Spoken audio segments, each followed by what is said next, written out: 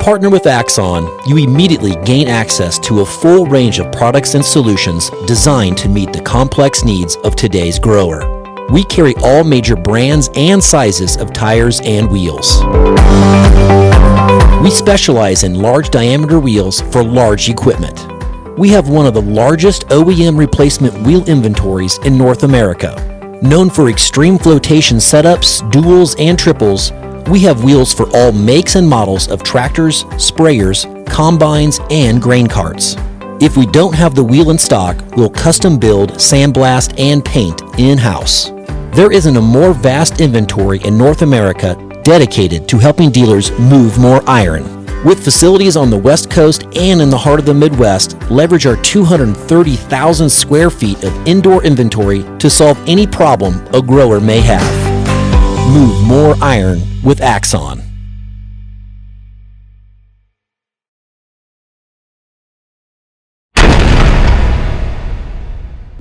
Moving iron.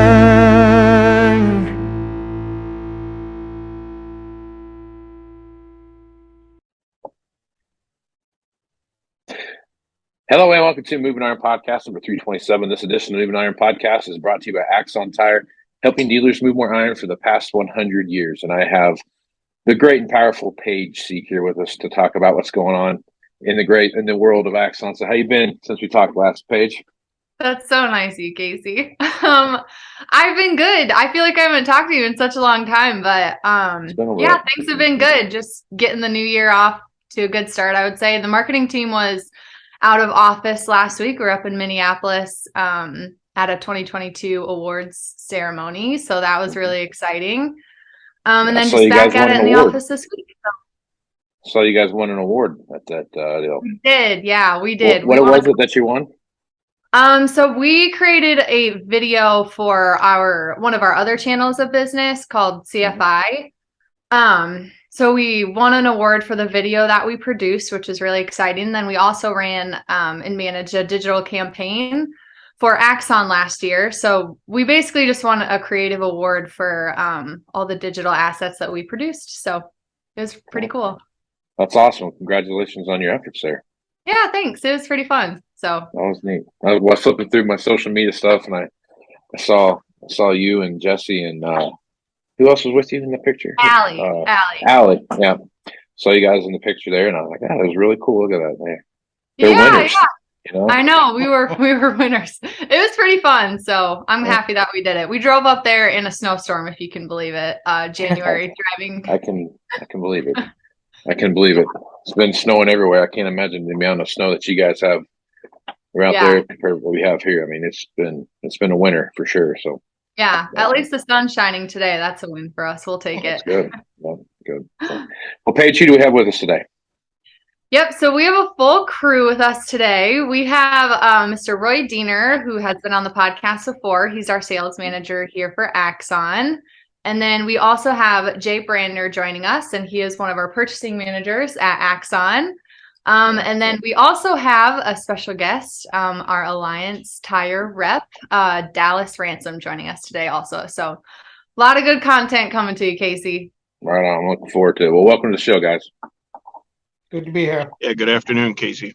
Thank you.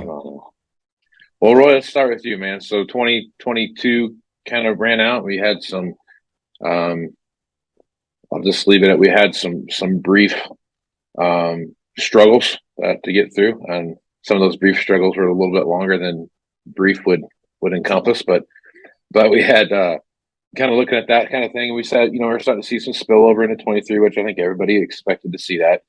I guess looking at how 2023 has started out for you so far, Roy, what's your synopsis so far? Yeah, Casey, appreciate the question. 22, it is what it is, since this whole new season has started, we'll just call it. We're just trying to remain upbeat, and which we are. And I think the team's doing a real good job. Just getting out there and seeing what's out there in the marketplace and seeing where we can help our customers. Some areas are different than others, and there's different things happening in different territories, of course, as always. And it's just really unique to see what's happening right now. but we're just trying to be there for when our customers need us, and that's really how we're kicking the year off, just to see what we're needed on. We got Dallas on here, and we're working good and close with our vendors to just make sure we got stock and availability of products. So that helps us since we struggled with a bit of that in 22. So that's kind of how we're kicking off 23. Right. So far in 23, Roy, have you seen any big difference or big change in what people are looking for here coming out of the end of the year? Is it still kind of the same stuff that you were running into last year? Yeah, I think it's the same stuff. What we're seeing a little bit though seems like farmers are maybe playing it a little bit safe, which you can maybe understand a little bit. We're not in their market. We're in ours. They have their own struggles. We have ours. So we're just here though. Like I said before, make sure that we can get stuff that customers are needing, because maybe getting a machine is still an issue, and they're finding something else that could maybe work for their situation, but we've got to put something different on it for tires and wheels to make that machine work for what they need. And that's really where we're trying to jump in and fill that void until we can get some newer equipment hitting the ground, and then we can get that set up. Right. Are you starting to see some sprayer float action come out you guys this way? I mean, it's kind of starting that top dressing season will be here before you know it. And are you starting to see some float activity starting to pop up in your area? Oh yeah, no, we definitely are seeing that, and this is the time of year for that, and so it's in some sense it's on time. So we're getting after that right now. Hoping the planter season starts on time. Yeah. There's always an area that's running behind some reason or another, but hope for a good planting season of 23. Yeah, I think so. Looking at some of the forecasts that are out there right now that are coming at us, we've got good moisture, I think, about everywhere. That we had poor moisture going into planting season last year and then going into harvest last year. So hopefully, knock on wood, plant into moisture this year, we can have a good start to the season. So we'll see what happens there. For sure.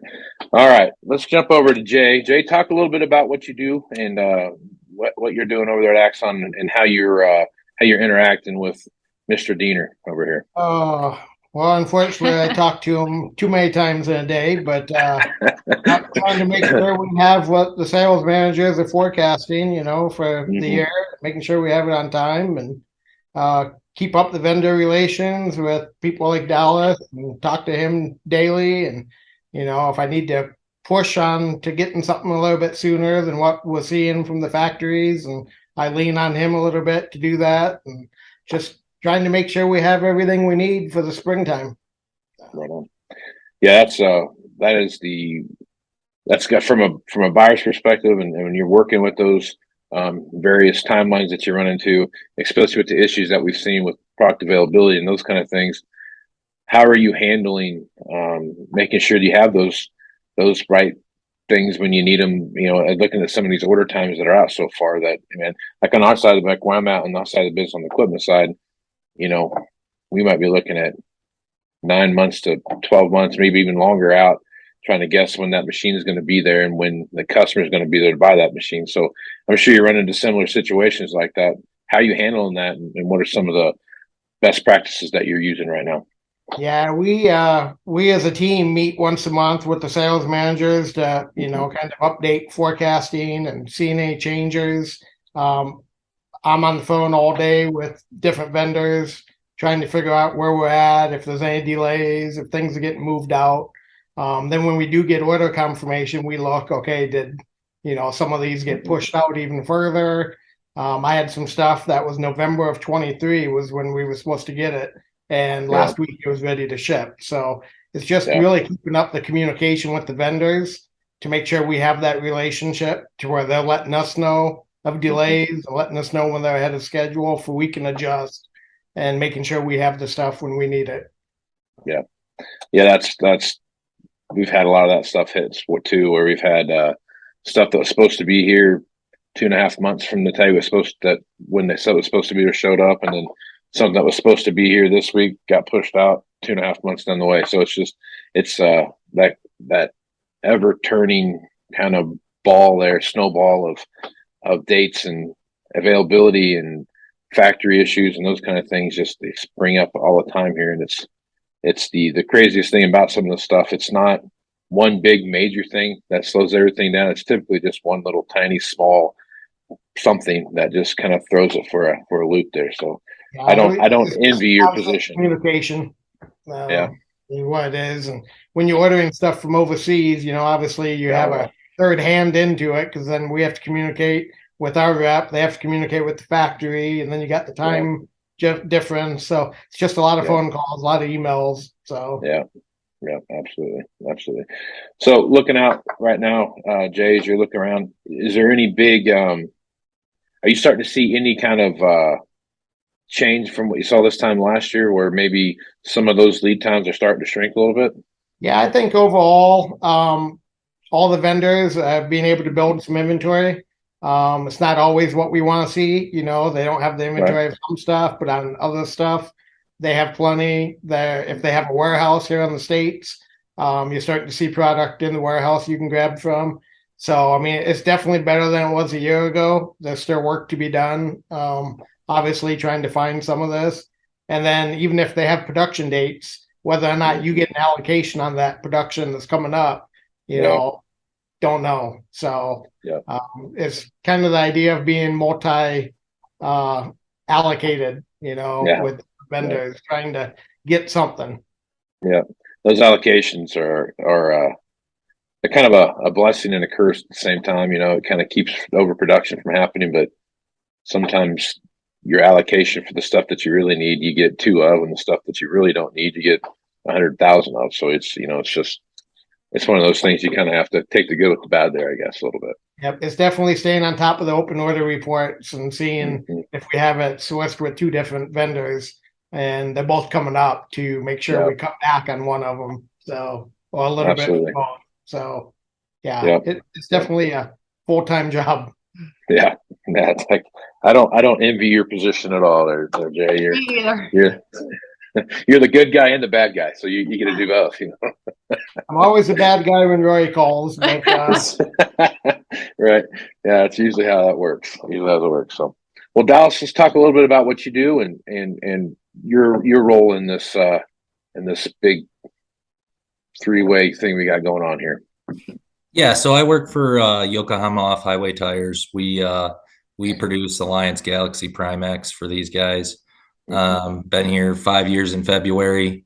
Before that, I worked about 10 years on the dealer side. So I know the frustrations from the dealer side and the manufacturer side when you're talking about that. But yeah, I cover Iowa, Minnesota, Wisconsin, and then I'm very involved with CFI. Talk to Jay daily. Just trying to, between the both of us, navigate the best way to get product in. I would say, during COVID and all that stuff, it was something so new. It was different, frustrating, kind of learning to play a different game than you're used to. So I think we've done a good job kind of navigating that. And we're doing the best we can, just like everybody else. Yep. Yeah. It's been. Are you seeing some on your factory side? Are you starting to see some lead times kind of pick up in a little bit? Because I'm starting to see that on a lot of things where it's not perfect by any means, but it's way better than it was. Yeah, I definitely think it's getting better, and I would say from a manufacturer sense, we were probably the best of the worst. If that's a good comparison. There was a lot of vacuums in the marketplace as far as, industrial. You had some guys get rid of doing bias implements, industrial. We had Case, I think what was it? The first year of COVID, they were supposed to get 120,000 implements from another vendor in October. And by the time 2 weeks before that, they called Case and said, we can't justify the freight surcharges, all that stuff. So it created so many vacuums that there wasn't enough people to fill those things. So we did the best we could. I think it's getting better. We have some things that we're going to talk about in my slides that we're doing to improve the lead time, stuff like that. But yeah, it was definitely a challenge for sure. Right. Okay. Well, let's take a look at your slides there and see what you've got. All right. Yeah. So I definitely think it's worth a conversation. Stubble, it's out there. You see more and more of it.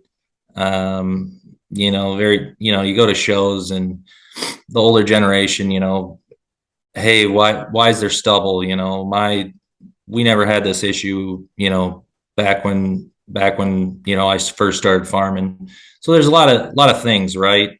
If you look at a genetics chart for corn patents from 1970 to 2015, it's like going up a mountain, right? There's different hybrids, seeds per acre, I'd say 2010 to, or 2000, yeah, probably 2000 to 2015, you could be at 25,000 seeds an acre, where now you're at 50,000 seeds an acre. So there's just more opportunity for that. It's a tougher genetic. I know that there was some stubble testing for a tier 1 manufacturer. Basically what they found, they took a durometer, tested it, which tests hardness, right, on different corn and different beans. They basically said your normal durometer testing, generic stubble compounding in a radial tractor rear is a 0.74. Well, plastic starts at a 0.78. The corn that they tested started at 0.81, and with beans they got up to 1.20. So essentially you're running over things that are harder than plastic, if that makes sense. So I think stubble is probably inevitable, but it's manageable with the right tire, if that makes sense. When you're going, if this is a problem for you, there's definitely different stubble compounds with different tires, some better than others. So, if it's a problem, which it probably is, you need to be looking at something with a stubble compound. One thing I'd like to show you is our IFVF stubble compound. It goes in all our premium IFVF products, along with our AgriStar 2, which isn't a steel belted product, but it's a premium radial ag product. But the slides I'm going to show you is that compound. I don't think there's any one compound that really does it all. Usually, like when you're talking stubble or something like that, if you're trying to make a tire more stubble resistant, you're probably taking away from something else. Could we engineer a product that was super resistant to stubble? Absolutely. I don't think there's anybody that probably couldn't do it. But, let's say you get through 2 seasons, no stubble damage, anything like that.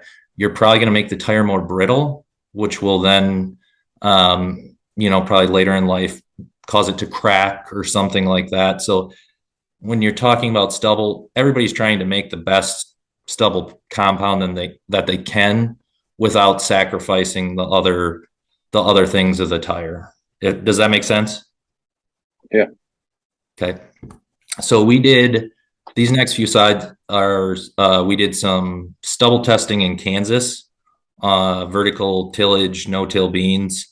What we did is we took one John Deere tractor front wheel assist, dualed out in front. We put 480/70/34s, our IFVF stubble compound, against a tier 1 manufacturer. And I just want to show you some results of that. Let's see here. So this is on the right front, we had R354. And then on the left front, we had a tier 1 manufacturer. This is after 187 hours. So as you can see, all those red circles, pretty familiar. Everybody knows what that is, signs of stubble. So that's only after 187 hours, right? You look at ours, that thing's looking pretty new, right? So pretty good, right? So the next slide, I don't have the hours on the bottom, but this was at about 500 hours. As you can see, the tier 1 manufacturer that we had on the left front, significant increase in stubble damage. I mean, it's very, very noticeable. And then you have ours over here. We're still looking pretty good, right? So we unfortunately had to end the testing. This is at 863 hours. If you look at the left front here, very significant again, got worse. We actually had to end the testing because their tires were leaking. And now on us, you just first see probably what we were seeing at, 187 hours is that first little start of cracking. So I would say we have a very good stubble compound. Like I said, there's nothing that, stubble's inevitable. It's going to happen. But is there certain things you can do or certain tires you can buy to prolong the life of your tire? Absolutely. That's pretty impressive, man. If you go back and look at that, I mean, I deal with stubble damage all the time, and Yep. the way that stubble damage does, I mean, I've seen. You had a good example there, 500-hour tire that looked like it had 1,300 hours on it because just the amount of stubble damage it had on it, and that's a pretty significant change in not only the life of that tire, but the performance of that tire when you go back into the field with it next spring. Correct. Oh, and Casey, the other thing I'd point out, Casey, is, in stubble damage stuff, you get guys that want to trade in something on that tractor that's got, good 70% tread left on it. Yeah. Well, the amount that you can give on a trade value with something that's really bad, 8-out stubble damage, it's hard to give a good value on that. So it makes, the machine worth, because tires cost so much nowadays, makes the machine worth a little bit more too. Yeah, absolutely. Yep. Absolutely. So I'd say the next point, and everybody's kind of probably going to roll their eyes, air pressure, is it important? I've been through many end user clinics on the dealer side. You ask, hey, how often do you check your air pressure? Once a month, a few hands go up. Every 6 months, a few more. Once a year, about everybody's hands up, right? So it is a very big deal. And you know what? It's something that doesn't cost you anything. And I have some examples here of just how big air pressure can impact the current tires you have, right? So one example, when I was on the dealer side, I had an associate out in Wisconsin that was having a guy with a Case 788, just struggling, side hill combine, always had to be in 4-wheel drive, still falling down the hill.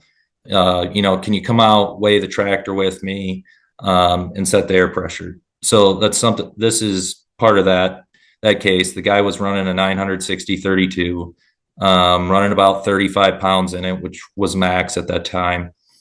And I'll show you the difference in what we sent it to. I'd like to have you guys take a guess maybe on how far we came down from 35, just to see what you guys think. But so what we did, not only did we want to weigh and scale it, but we kind of wanted to give the visual difference. So one thing we did, I don't know if you can see in front of that combine, we put white ply boards down. And then we also had a can of black spray paint. So we rolled the guy across, took the footprint, sprayed around the tire. Hey, here's where you're at with 35. And then we adjusted it and then sprayed around it again, just to give him the visual difference of the impact. And so this is what we found. So if you look at the right here, call it 2-3 lugs. That's where he was at 35 pounds. Now, if you look to the left to where we adjusted it to, you got about 6 lugs, so double the lugs. And this doesn't have the head on it, which, a little weight on the front with the head is going to cause the tire to flex and deflect, get a bigger footprint. But I'd be willing to, I would like to know what you guys think we decrease, how far we went down from 35 to get the 6 extra lugs. 15. I'm going to say 17 PSI. Okay. I'm going to go with Jay, 15. Okay. I'm going to guess, because I know a lot about tire pressure, so I'm going to guess 10 pounds. 7 PSI. Yes. So if we're on the Price is Right, I won. Yeah, you win, Casey. Yeah, 28 psi, and I think if I remember right, we could have had him at 26, but the fact that it was a side hill combine, we wanted to err on the side of caution, so we left it just a little high for that dynamic load shift, when he was in the field. But that's something that's simple, it's free, and can greatly just impact what you have now, right? And the funny thing is after we left, the guy went straight out into the field, called my associate dealer right away, and he's like, "This is a brand new combine. I don't have to be in 4-wheel drive anymore. This is great." So, you see a lot of articles about air pressure, and I probably roll my eyes too, but until you see something like this, something super simple can really impact you in a big way. So that's a good. Oh, go ahead, Roy. Well, I was just wondering, that wasn't a VF tire, was it? No, standard. Okay, well, that's where I was coming from. Tire. Yeah. Sorry. But yeah, no, that's fine. And what I was thinking is, you were stating at the beginning that, it doesn't cost anything to lower your air pressure or check it. Mm-hmm. But essentially what farmers need to understand is understanding the weights of your machines and understanding the tire pressure of your machine can actually give you some money. I mean, if your compaction's less, you get better crop production. So I'm not saying you're wrong. I'm just saying you got to think of it a different way. Yeah, the air pressure part don't cost money, but not running your machine at the correct air pressures can cost you some money. The wear on your tires could give you better compaction. There's lots of upsides to maintaining your air pressure in your machine. Yeah, and I think this is just one thing, right? I mean, the big thing is too, do you have enough weight to put those tires to the ground? Do you have a real light tractor? Do you maybe need to add weight to it so you're benefiting getting the deflection? Because I could tell you this same associate dealer, we put VFs on Massey Ferguson back and front, right? Did the boards, and we're like, gosh, the rears don't look as great as the standards, it's not what we thought. So we did the weight calculations, the splits, stuff like that. He actually had some cast weights that we could put on the back. He unfortunately has the footprint boards, but it was the same thing as this, right? Do you have the pop? You can do it standard wise air pressure, but then also can you get a bigger footprint if you have a underweight tractor by adding weight to it to maximize that deflection? I mean, like Roy said, there's so many variables that go into it, but if you already got the cast iron weights, they don't cost you nothing. So it's just another thing, making sure you have the right split of a tractor, whether it's a 4-wheel drive, front wheel assist, I totally understand what Roy's saying there. Yeah. I think so. I learned as much from doing this podcast as anybody else does. So we had I order a lot of brand new machines from the factory with either VF or IF tires, whatever's available at the time when I order them. And the reason I do that is for this very thing. And I learned it from doing this podcast, right? I mean, this is the whole air pressure thing and all that kind of stuff. But the thing about when I was talking to a customer about it, I was like, the beautiful thing about the VF tire or an IF tire is that you can lower your tire pressure dramatically, but still maintain the same weight and same speed that you would anyway, but you're increasing your footprint. So therefore, in muddy situations or sidle situations or whatever situation might be going down the road, I mean, whatever it is that you're doing, you can adjust that tire pressure to where you have maximum amount of footprint so that you don't have to worry about slippage as much. You don't have to worry about, just like the 4-wheel drive thing, not having that 4-wheel driving gauge saves fuel. There's all these different things that come into play. And you're before I started doing this and you started talking to him about VF tires and IF tires, whatever, dude. I mean, tires, air pressure, whatever. And until you start doing stuff like this with boards and showing people what it can do, or actually just showing drive what the rut looks like as you're driving through the field, how it goes from being this deep to this deep and it's this wide now. You start really doing some really creative things with the performance of the machine. And letting just a few pounds of pressure out of your tire. Like you said, it doesn't cost you anything, and you just it makes it such a better machine from all the way across the board. So air pressure is a bigger thing than I think people want to give it credit for. Correct. Yeah. I mean, it'll take you a little time to work with your dealer and stuff like that and figure out your machine weights and all that stuff. But like I said, it don't cost you nothing. So, I mean, why not? Mm-hmm. Exactly right.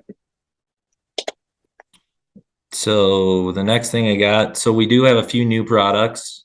One thing I want to talk about is our new Galaxy Grip Steel Radial skid steer. So when I think of skid steer, right, you basically have two patterns. You either have a concrete tread or your typical R4 kind of tractor bar. But that's kind of a problem, right? You got the guys in the middle where, hey, we do 50% concrete, we do 50%, in the mud, and neither one of those, they'll help you in one situation, but they won't help you in the other, right? Right. And another thing, bias to me is there'll always be a need for bias, right? You're never going to get away from it, but every manufacturer has a bias that darn near looks like the other one, right?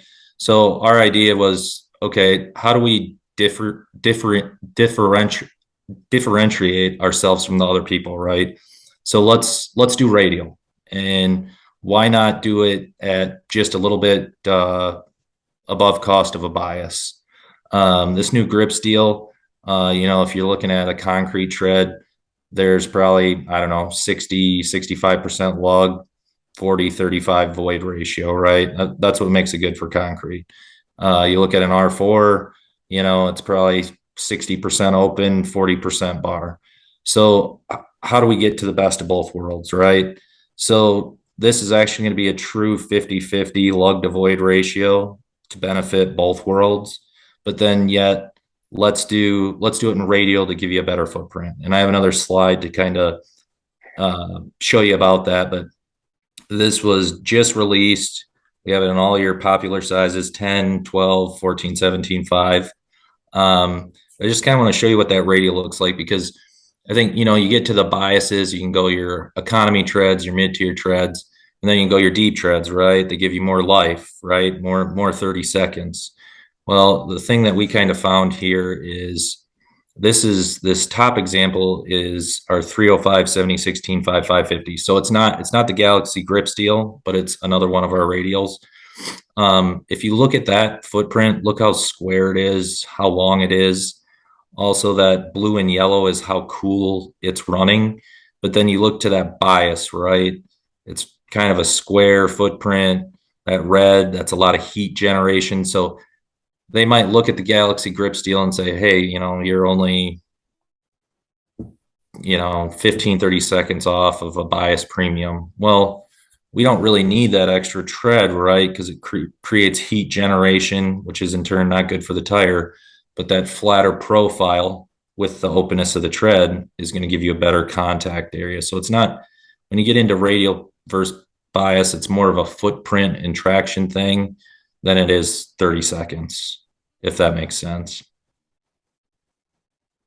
Yep. Okay. And then another new one. So we're going to be doing an all steel radial hippo. This is for, your feedlots where you have your E3, L3 regular OTR tire that comes on it. Great for concrete. You get out in the mud fields, not so good, right? So there's a lot of guys looking for traction.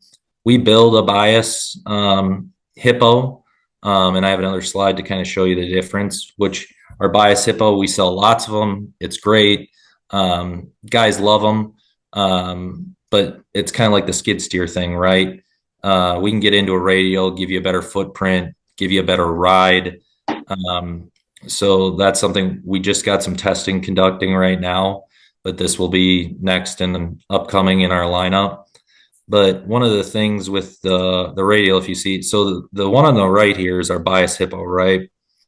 As you can see, you get to that center lug, it doesn't really continue, and your biases are crowned anyways. So I'm not saying you don't get a good ride, but could it be better? Absolutely. So with this radial hippo, what we did is really take it all the way to the center to give a smooth center patch of contact. And then along like with the radial skid steer we showed you, is that we're going to be able to give you a little bit bigger footprint length and width wise. So that's another thing coming. Any questions on that? No? Nope. Okay.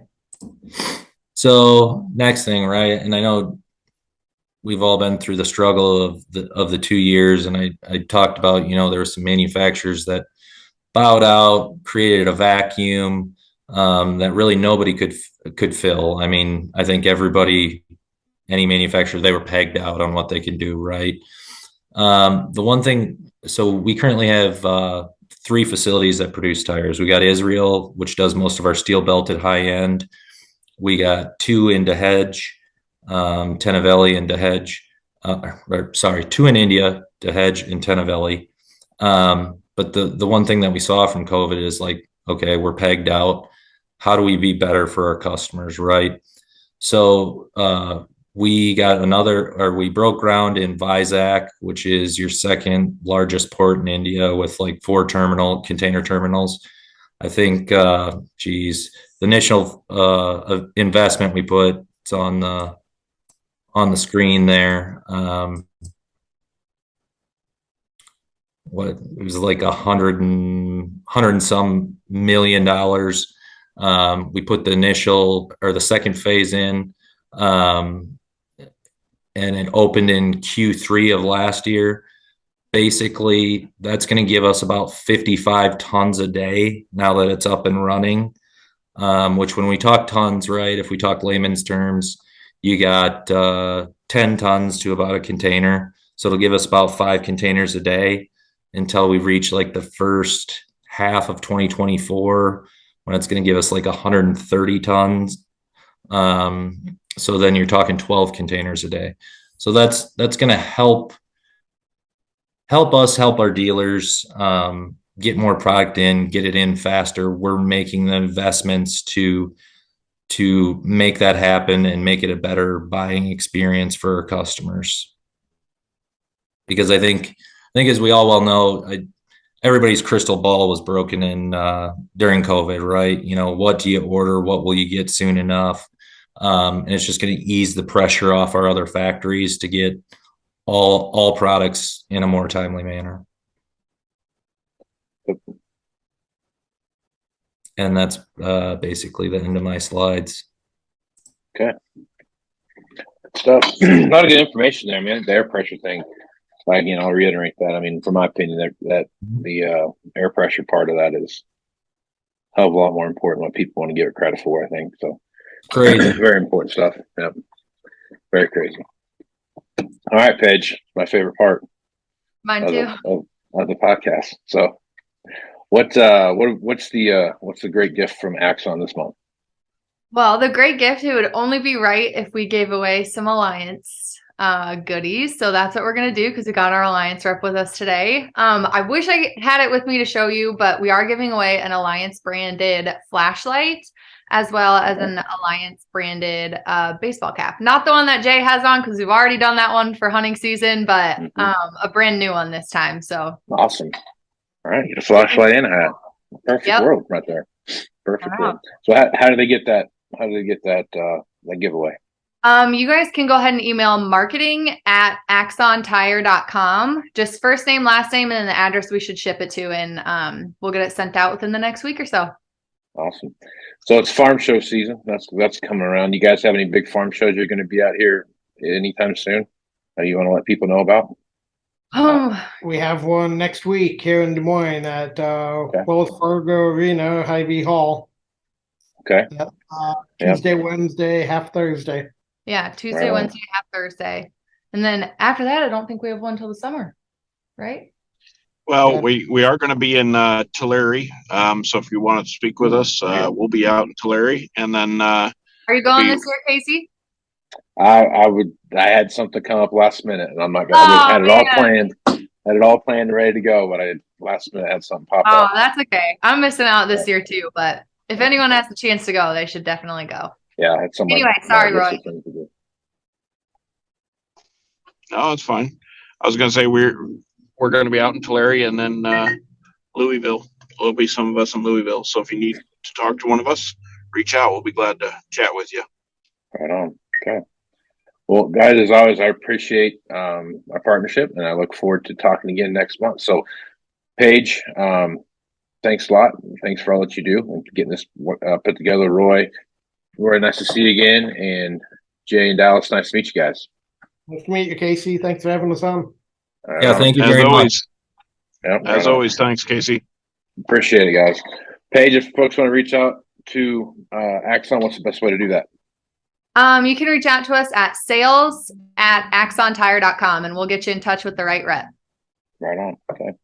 Well, I'm Casey Seaman with Moving Iron Podcast. Check me out on Facebook, Twitter, and Instagram at Moving Iron LLC, LinkedIn at Moving Iron Podcast, and there's the Moving Iron YouTube channel where you can see the video version of this, which is the Moving Iron YouTube channel, pretty cleverly named. So check that out. And then you can go to Moving Iron LLC website, which is movingironllc.com, and you can check that out there. You find folks at Axon are giving $50 away off the registration for the first 150 people that sign up for the Moving Iron Summit. So check that out. We will appreciate that, what you guys are doing there, and we're getting people signed up. So look out. You'll be putting your money where your mouth is on that one. So keep signing up, and they'll keep taking care of that $50. So with that, I'm Casey Seaman with all the great people from Axon. Smooth Smart, folks. Out. Moving iron in the 21st century. Hard-working people working hard for you and me. Moving iron time and time again. Through the years you'll find us here. Moving